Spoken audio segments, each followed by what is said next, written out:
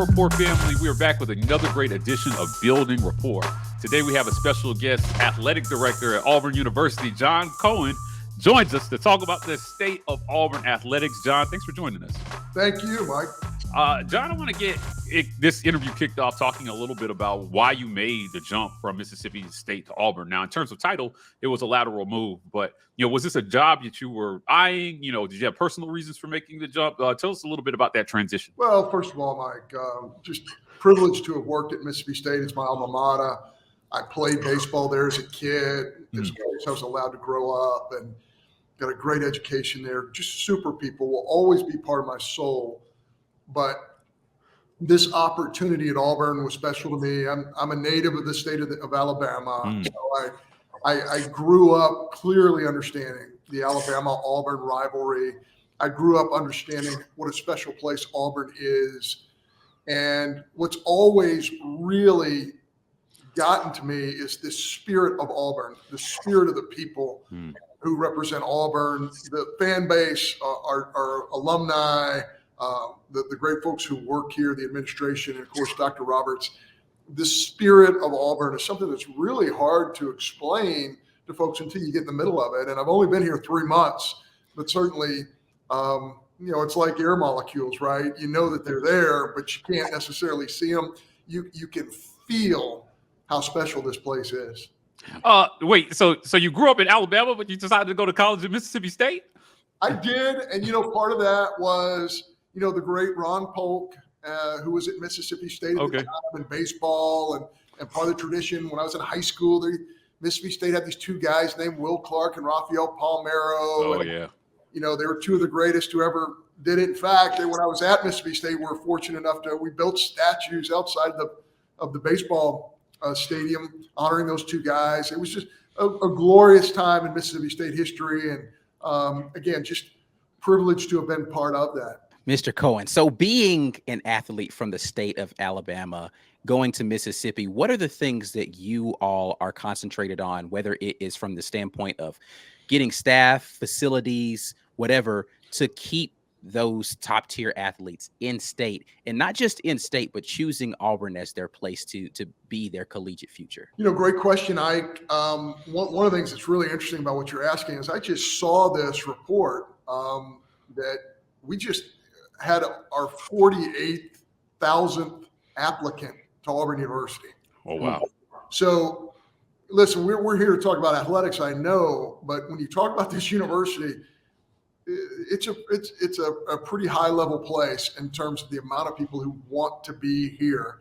And again, I feel privileged to be part of that. You talked about facilities, you talked about coaches, you talked about staff. Yes, all of that is incredibly important. We just opened up a $92 million facility, the Waltos facility for football, which we're so proud of.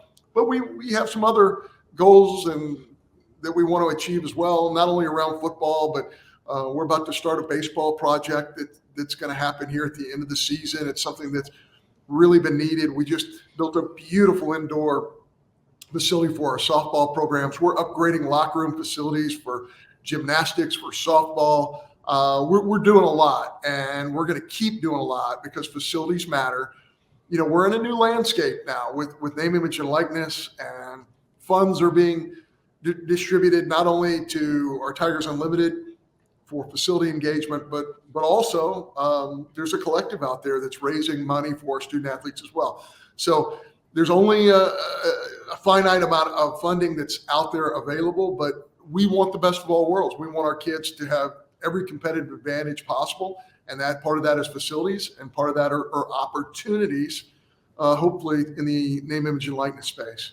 So let me ask a follow-up on that, though. How has name, image, and likeness changed the fundraising aspect? You talked about there's a finite amount of money out of there, right? So you've got donors who want to give money to athletics, and now are they having to divide where they're sending their money? Some of it's going to, the collective, some of it's going to Tigers Unlimited. How has that changed the landscape of how you're able to raise funds for your sports programs? Well, another great question, Ike. And like every student athlete and coach, every donor, every alumnus of this university is different in what their priorities are. Some Some of our folks who have given so much to this great institution are into facilities. Some are into scholarship aid.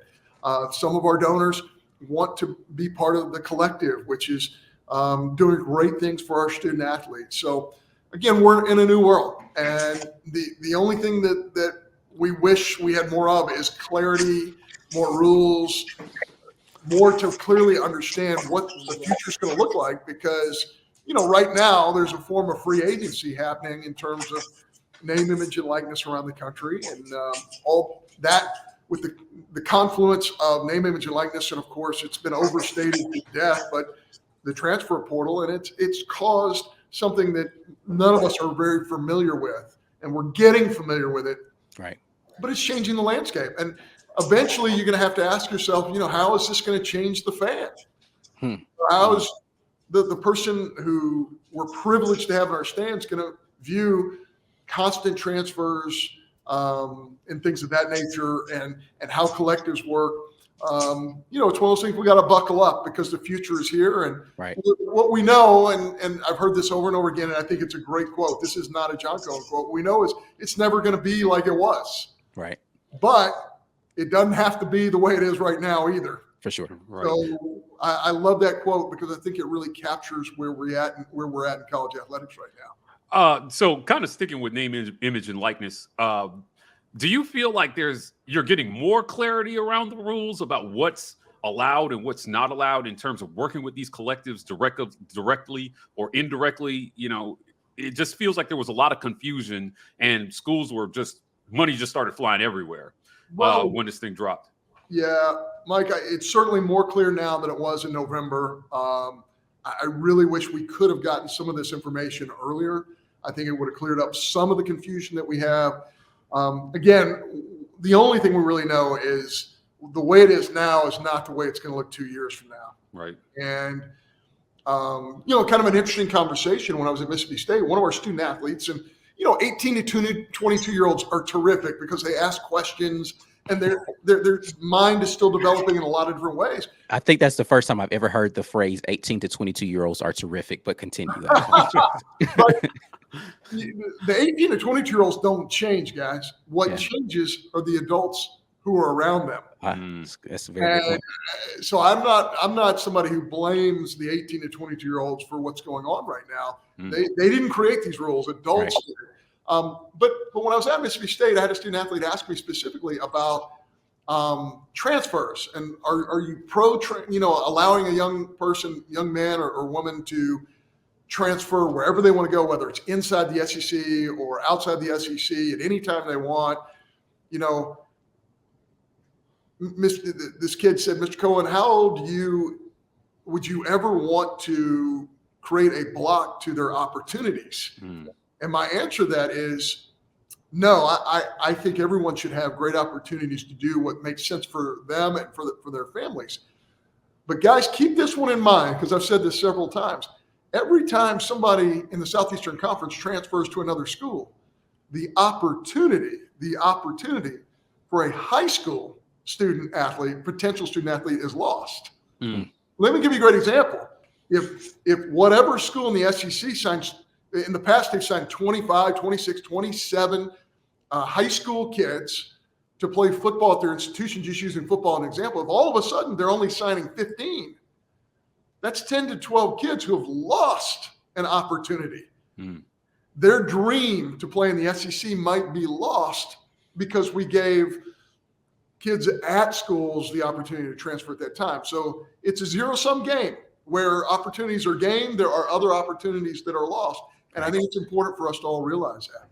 Mr. Cohen, pivoting a little bit to football, coming right in the door, you had to hire a head football coach. This is the most important decision a lot of athletic directors will make. Your career, your trajectory of the program is based on the success, a lot of times, of the head football coach. You guys decided to go with Coach Hugh Freeze. There was a lot of hype around Lane Kiffin. Can you share how real was that hype around Lane Kiffin? And you had also mentioned that you had if the number is wrong, forgive me, 58 points for hiring a head football coach. How many of those points, those boxes, did Hugh Freeze check? And, why was he at the top of you guys' list? And Mike, I'll say every athletic director has a list of criteria that they feel like are really important. So that's nothing unique for John Cohen. Certainly we had a long list of potential coaches that we showed interest in. And, many of those coaches were Power Five institutions. I won't go into specifics of who we had interest in and who we didn't. But from the very beginning, guys, Hugh Freeze was at the top of our list. He's a guy who had SEC experience. He's a guy who had developed quarterbacks. He is somebody who had not only developed young men as football players, but off the field as well. He's somebody who's grounded. He's somebody who's transparent. He's somebody who will share with anybody what his life has been like, the ups and downs of his life. He is willing to share that with anybody. And I found his transparency to be really fresh and unique in today's society, because most folks, all of us, have things that we regret in life, but we push that to the side and we don't want to talk about it. Hugh Freeze was more than willing to talk about the things that the mistakes that he had made, the missteps he had made in his life. And I was really convinced that he is somebody who will lead our young people in the right direction. He's also a winner. You look at the analytics of it and say that he's a guy who has beaten teams who have, quite frankly, more talent than he has had. When you look at that analytic and you say, this is somebody who beats teams that traditionally have more talent than he has, that comes down to coaching, it comes down to evaluation, and it comes down to being organized. And so, yes, you're right. Hugh checked a lot of those boxes. So let's stay right here with coaching decisions, because, listen, you were at Mississippi State. You had the privilege, I would say, to hire one of the most iconic coaches to ever come grace a sideline, and Coach Mike Leach. I know, and rest in peace to Mike Leach, but what went into the decision-making process of bringing a guy that was really outside of the footprint into the SEC and coming to deciding to do that? And can you talk a little bit about kind of the relationship that you all were able to forge in that process? Yeah, sure. Mike Leach, I thought, was unique to Mississippi State. I thought we use this F word all the time, fit. He just fit the personality of Mississippi State. He's somebody who is not afraid of competition, and he's somebody who knew how to build a program. You look everywhere he's been at some places that are difficult to win. Yeah. You look at Texas Tech, not a great track record before Mike Leach showed up. You look at Washington State, not a great track record there until Mike Leach showed up. This is a guy who's a national coach of the year at two different places that are very, very difficult to win. What does he do at Mississippi State? He rebuilds the program, and in year 3, his football team won 9 games this year. Now, I feel like in some respects, 9 games in the SEC isn't viewed as, anything spectacular, but in Mississippi State history, going into this year, Mississippi State had only won 9 or more games, I think 9 times in the school's history. You're talking about 100-plus years of football and 9 win seasons. And in year 3, Coach Leach's team wins 9 games. I just thought he did a terrific job. I enjoyed our relationship. He is unique in so many different ways. An incredible sense of humor, an incredible mind, but also a really good football coach. All right, Mr. Cohen. So you are call me John. Oh, listen, I don't want to do it without your permission. All right, well, John. Here we go. John, you're a baseball guy, right? As far as like pedigree, right? Like you came up doing the baseball thing. Coach Butch Thompson has done a great job of making the Auburn baseball program be a contender. What are the things that you all want to do from a baseball standpoint to get that baseball program where perennially we're mentioned? Because right now I don't think that they're getting a ton of respect with that program. What things do you feel like you have to do to help that program to get where it needs to be? I'm glad you brought that up, because he should be getting a ton of respect. He's a guy, 2 of the last 3 baseball seasons, he's been to the College World Series. I think there's only 3 programs in the country that can actually say that. He's done an incredible job in a state, and let's just back up a minute. College baseball is all about scholarship aid, right? So every SEC school has 11.7 baseball scholarships. What differentiates all the schools is maybe the in-state scholarships. So in the state of Louisiana, they have a TOPS program, which gives to kids who reach a certain plateau with their grades and with their test scores. It gives them tuition. Same thing in the state of Georgia has a similar program. There's a Bright Futures program in the state of Florida. Alabama doesn't have these programs. And I'm not being critical of the state of Alabama. What I am pointing out, though, is when you don't have these additional scholarship concepts that can help a sport like baseball, it makes it extremely difficult because you have to have 27 to 30 kids on some form of aid. So you're chopping up the scholarship aid. So the average Auburn baseball player, and quite frankly, Alabama as well, has to pay more to go play for those schools than other schools around the SEC. So keeping that in mind, that just adds to what Coach Thompson has been able to do here at Auburn, and just so proud of him. Spent 8 years with him at Mississippi State. He's not only one of the great coaching minds, and I think people always talk about what a great person Butch is and how philanthropic he is in so many different ways, but the truth of the matter is, guy's a heck of a coach as well. And I think as you go around this Auburn community, the admiration and respect that he has is at a very high level. John, let's talk budget here for a second. We spoke with your predecessor about the autonomy that coaches have to be able to dictate where their spending goes and figure out how to grow their programs, whether it's focusing on spending money on recruiting or facilities or anything that they need to be successful. You know, what is your relationship right now with not just the football coach, because obviously you hired him, but in the Olympic sports, you know, have you had a chance to sit down one-on-one with the head coaches of those programs and talk about, you know, what their vision is for the program and what tools they'll need financially to be successful? I've had multiple conversations with all of our coaches. We're going to go through a budget cycle here in the next 60 days and work with all of our coaches, because we want their student athletes to have premier SEC experiences. And by the way, I mean, an SEC experience is different than just a college athlete experience because of the amount of resources that are spent on these young people. And we're happy to do it. We're thrilled to do it because we want Auburn to be competitive in every way in the Southeastern Conference, and certainly want our coaches to have the tools to be successful. We do have a ways to go with some of our facilities. We need to make some improvements, especially to some of our Olympic sports, but really impressed with the level of coaches that we have here at Auburn. I feel like I inherited a great group and a group that's fun to work with. Coach Pearl has been pretty vocal about needing a basketball practice facility. You know, are you guys making progress there? Is that something that's going to be a reality for him in the next couple of years? Yeah, that's something we're working on for sure, Mike. I think it's funny because in several sports, our coaches are going to have to make some decisions on what their priorities are.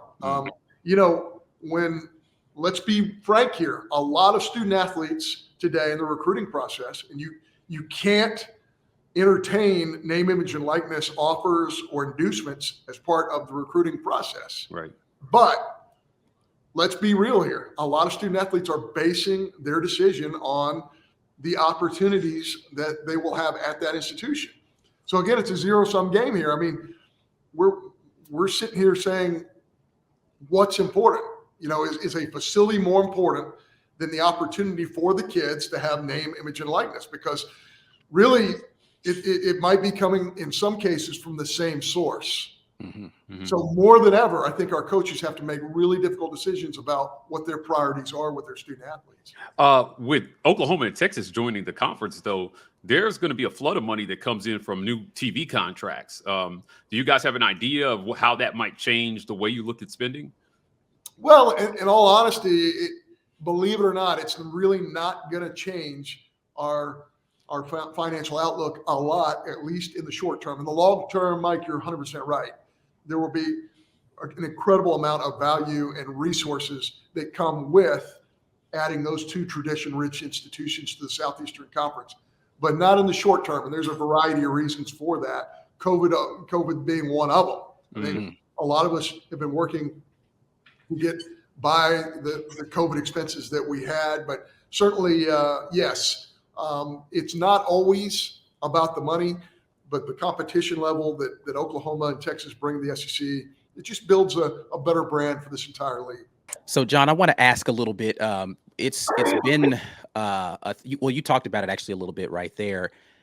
It's part of what you have to do with your job entailed into like figuring out how to lobby for certain things from like the legislative side of what's allowed in the state of Alabama? And then secondarily, are there things that you have to do just to be able to talk to the board or the president to make sure things are happening in a certain way?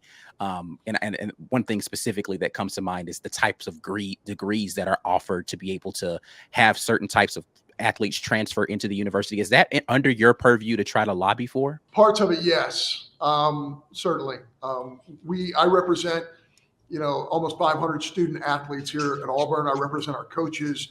I represent our department in a lot of ways, and I represent our university. We're so privileged to have Chris Roberts as the president of this great university, and just feel like we have such great alignment in this university, and I'm excited about that.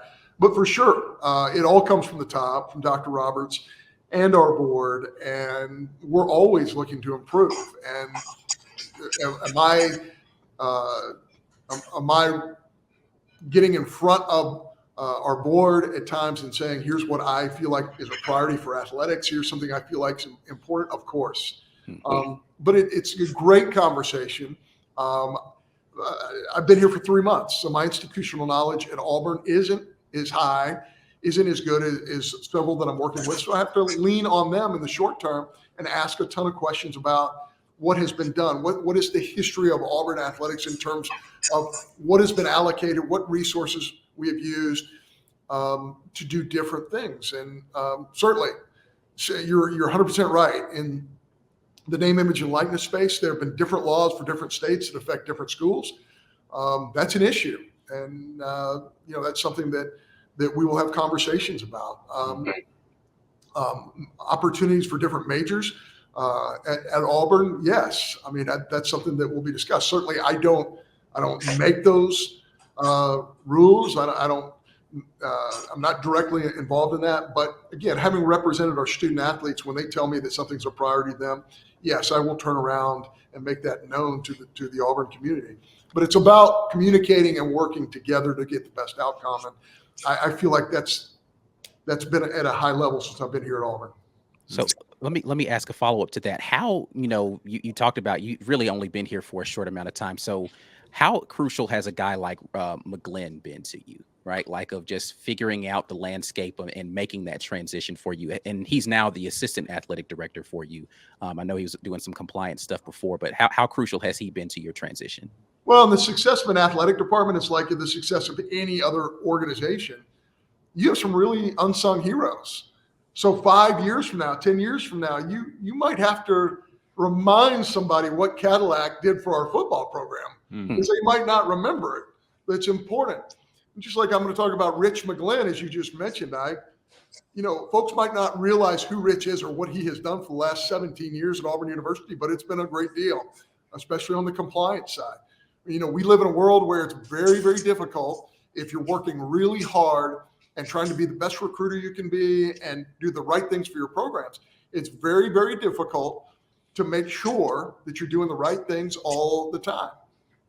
If the speed limit is 70 miles an hour, it's really hard to drive 70 miles an hour. At times you might be driving 68, 69, and at times you might be driving 71, 72. If the speed limit's 70, we want to drive 70. And that's what Rich has helped Auburn University do, is stay at the speed limit and do things the right way. And that's been a priority. And Rich has been an incredible resource for myself and our new administration.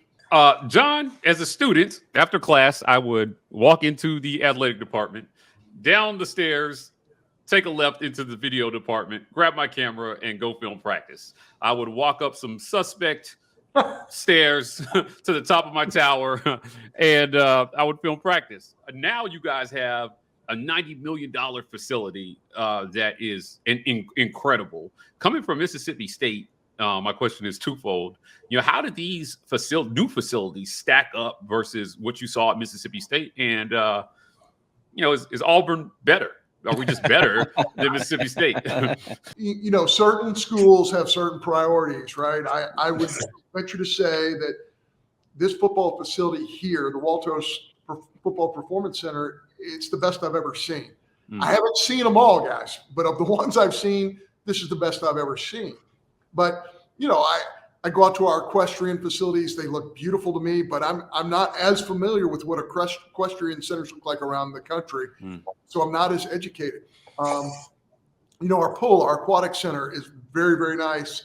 I'm not as familiar with what they look like around the country. That's something that I will learn. Yeah, I felt like at Mississippi State, we had tremendous facilities.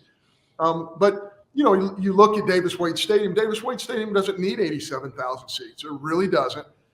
But I mean, in terms of a 50,000 seat experience, it's a pretty darn good one. The baseball facility at Mississippi State is outstanding. There's some things about that facility, obviously, I'd like to bring with me here to Auburn.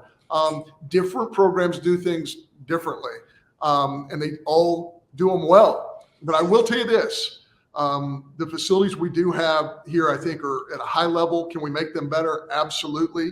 I think some of our facilities are among the very best, not only in the SEC, but in the country. And I think sometimes when you're on the outside and you come into a program, you can remind folks how nice the facilities they have really are, because you just came from somewhere else.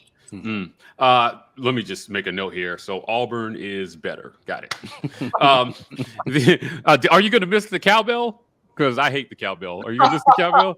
Well, that's kind of the whole purpose. The purpose is for you to hate the cowbell, right? Yeah. I mean, that was mission accomplished. Tradition at Mississippi State. I know opposing fans didn't like it. It's part of the tradition.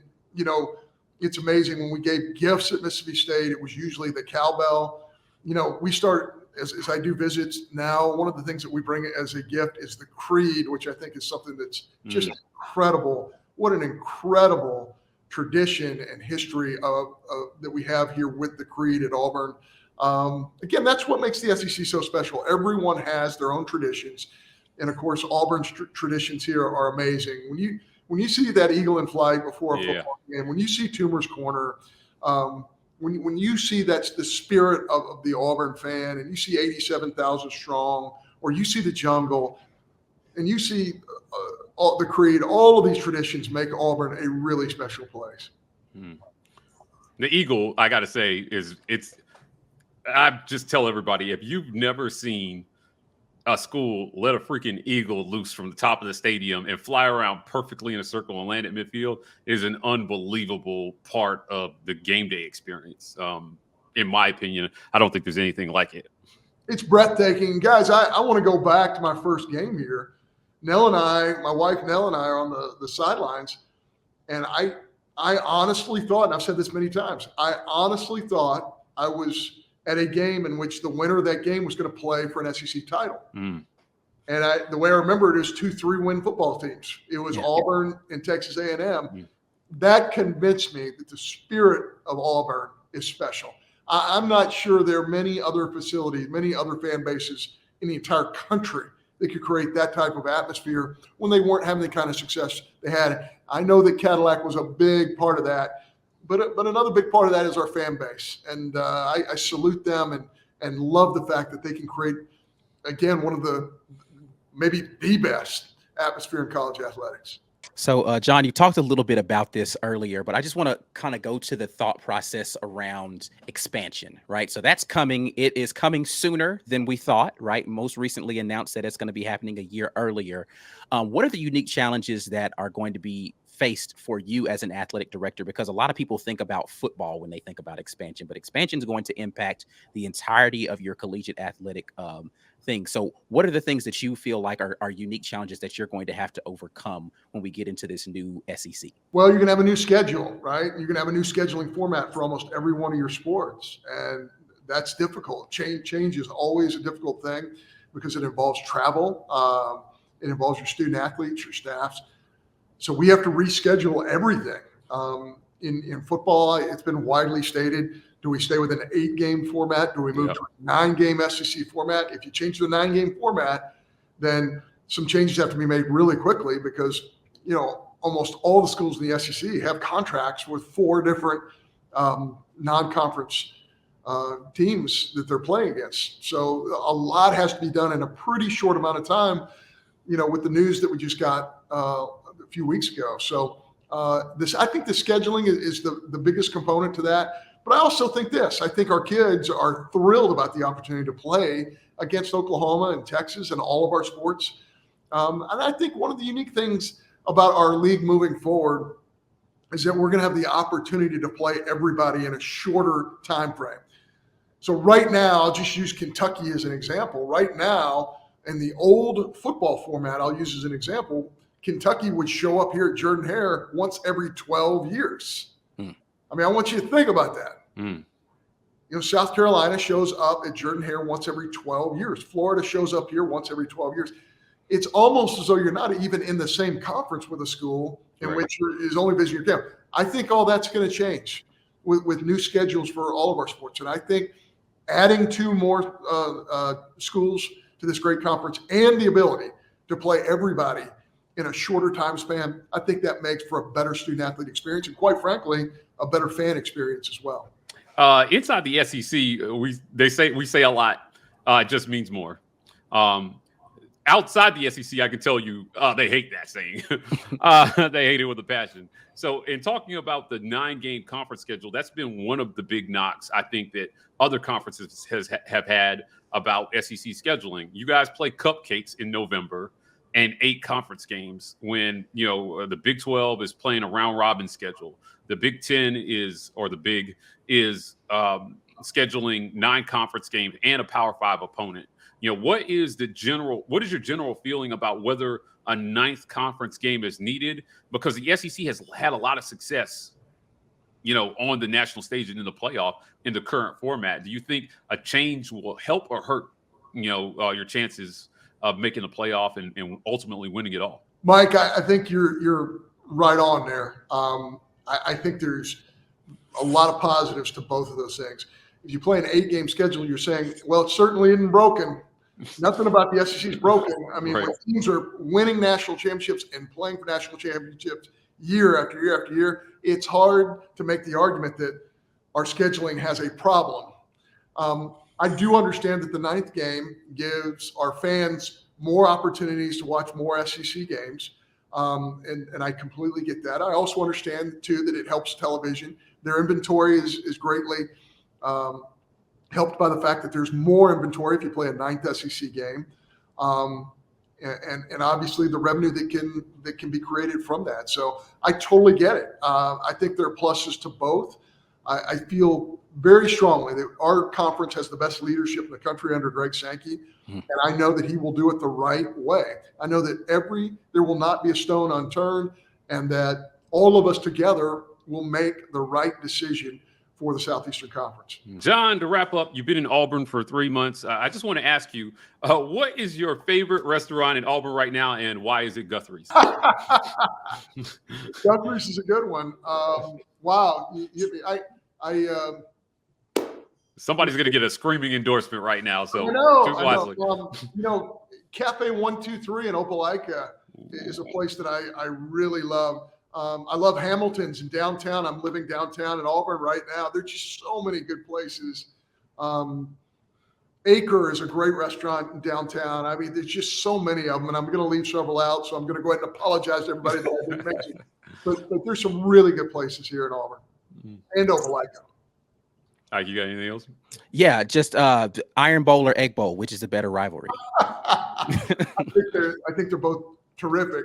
I will tell you this. I love the fact, and I know I'm not answering your question directly here, but what I love is that, you know, Thanksgiving, it means Egg Bowl, right? Thanksgiving Day, everybody gets to watch Ole Miss and Mississippi State. And on Saturday, the whole world gets to watch Alabama and Auburn. And 2 great rivalries. I grew up in the middle of the Iron Bowl. You know, back in the days when it was played in Birmingham and the upper deck would sway back and forth. I would sit with my father at those games, but you know, the Iron Bowl is special, and everybody knows it. It's why it's that premier Saturday game in the entire country. Yeah, you beating Alabama and losing to Alabama is completely unacceptable, you know, to our fan base in anything. Talk a little bit more about, you know, Nick Saban has built a monster up the road. And, you know, again, coaches' careers are kind of made like it used to be back in the day, if you lose to Alabama too many times, you're out. But everybody's losing to them most of the time. You hired a football coach who owns 2 wins versus Saban, and that's a short list of people. So, given that rivalry, how much is it a focus that you're saying I need to build a program that brings Auburn kind of out of the shadow of what Alabama is doing? Well, certainly Coach Saban's a Hall of Fame coach and has had tremendous success at Alabama. And he has won so many titles there and done incredibly well. I do have a statistic for you because I am from Tuscaloosa. All Since right. 1958, every Alabama football coach has won 10 or more games in a season at the University of Alabama. I want you to think about that just for a minute.